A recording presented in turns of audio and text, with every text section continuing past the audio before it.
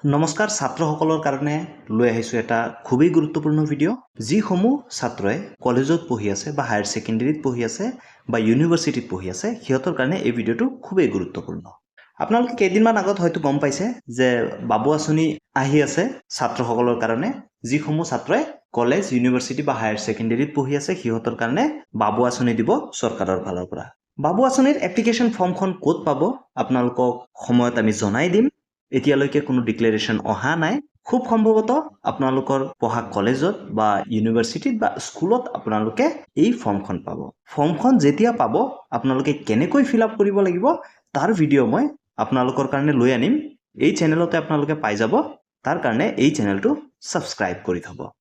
অতি সাৱধানেৰে এই form fill up কৰিব লাগিব। যদি ভুল হয় তেনে ক্ষেত্ৰত কিন্তু নিযুত মইনা আঁচনিৰ দৰে আপোনালোকেও চেক পোৱাৰ পিছত আৰু পইচা নাপায়। সেয়েহে অতি সাৱধানে এই ফৰ্মখন ফিল আপ কৰিব লাগিব। লগতে আপোনালোকৰ কি ডকুমেণ্টছ ৰেডি ৰাখিব।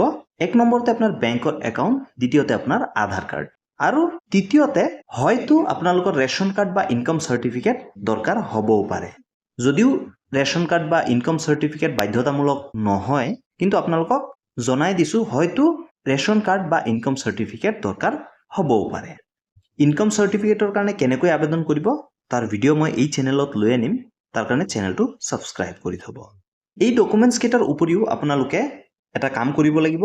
যদি আপোনালোকৰ বেংকৰ একাউণ্ট আছে বা যাৰ বেংকৰ একাউণ্ট নতুনকৈ খুলি আছে সিহঁতক কৈছোঁ, যদি আপোনালোকৰ বেংকৰ একাউণ্ট আছে আপোনালোকৰ বেংকৰ KYC কমপ্লিট থাকিব লাগিব বা আপডেটেড থাকিব লাগিব আৰু লগতে DBT ডাইৰেক্ট বেনিফিট ট্ৰান্সফাৰ যিটো সুবিধা হয় সেইটো এক্টিভ থাকিব লাগিব। যাৰ বেংকৰ একাউণ্ট অলৰেডি আছে সিহঁতে বেংকত গৈ DBTটো এক্টিভ কৰাই ল'ব আৰু KYCটো কমপ্লিট কৰি থ'ব।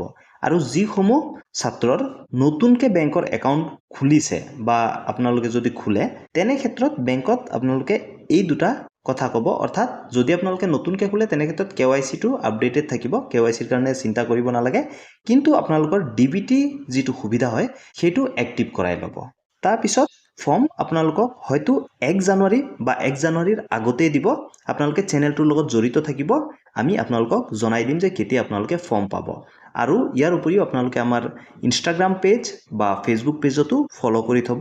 তাত আমি কুইক আপডেটবিলাক দি থাকোঁ। এনেকুৱা আপডেটবিলাক পাই থাকিবলৈ এই চেনেলটো ছাবস্ক্ৰাইব কৰি থ'ব। আৰু ভিডিঅ'টো যদি ইনফৰ্মেটিভ লাগিল প্লিজ লাইক কৰি দিব। আপোনাৰ বন্ধু বান্ধৱী সকলোৰে লগত শ্বেয়াৰ কৰি দিব। ধন্যবাদ। জয় আই অসম।